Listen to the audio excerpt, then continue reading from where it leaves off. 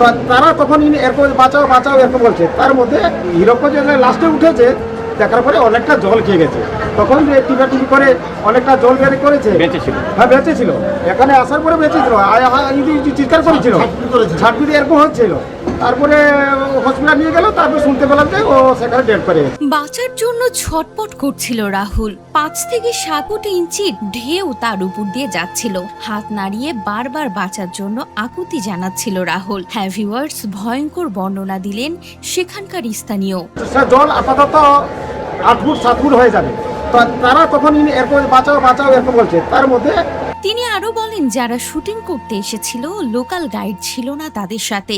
রাহুলকে উদ্ধারের পরে তিনি বেঁচেছিলেন। তিনি বাঁচার জন্য আকুতি জানাচ্ছিলেন, কিন্তু নিয়ে যেতে যেতেই তার হার্ট অ্যাটাক হয়ে যায়। হসপিটাল নিয়ে গেল, তারপরে শুনতে পেলাম যে ও সেখানে ডেড করে গেছে। এমনকি জ্যামের মধ্যেও পড়েন। তাড়াতাড়ি হাসপাতালে না পৌঁছাতে পারায় তিনি মৃত্যুবরণ করেছেন। লোকটি দাবি করেন, তিনি যখন পানিতে পড়ে যান তখন জোয়ার এসেছিল, বড় বড় ঢেউ তার উপর দিয়ে যাচ্ছিল। তিনি ভয়ে 2 হাত চেড়ে বাঁচার জন্য আকুতি জানাচ্ছিলেন। পরে তড়ি ঘড়ি করে তাকে উদ্ধার করা হয়। উদ্ধার করে আনার পরেও তাকে জীবিত অবস্থায় আমরা দেখেছি।